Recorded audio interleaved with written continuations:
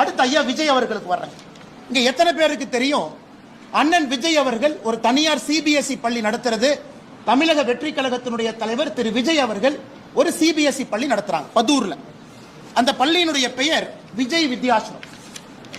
நடிகர் விஜய் அவர்கள் தமிழக வெற்றி கழகத்தினுடைய தலைவர் விஜய் வித்யாசிரம் என்கின்ற பள்ளி நடத்துறாங்க. சி ஜோசப் விஜய் என்கின்ற பெயரை பாருங்க. நான் கொடுத்திருக்கிற டாக்குமெண்ட்ல கொஞ்சம் ஜூம் பண்ணுங்க. சி ஜோசப் விஜய் என்கின்றவர் யாரு? அவர் புதுசா மேல இருந்து வந்தாரா?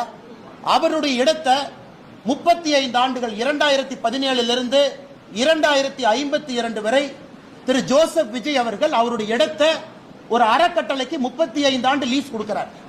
அந்த அறக்கட்டளை யாருடைய பேர்ல ரெஜிஸ்டர் ஆயிருக்குன்னா திரு சந்திரசேகரன் அவருடைய பேர்ல, எஸ்.ஏ. சந்திரசேகர் அவருடைய பேர்ல அந்த அறக்கட்டளை ரெஜிஸ்டர் ஆயிருக்கு.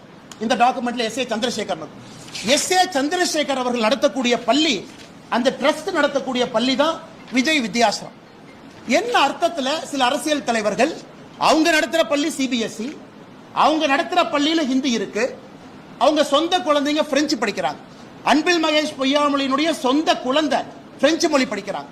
இந்த அரசியல்வாதிகள் எந்த லட்சணத்துல வெளியே வந்து அரசு பள்ளியில் இருக்கக்கூடிய மாணவர்கள் மட்டும் 2 மொழி படிக்க வேண்டும் என்று எந்த லட்சணத்துல சொல்றாங்க?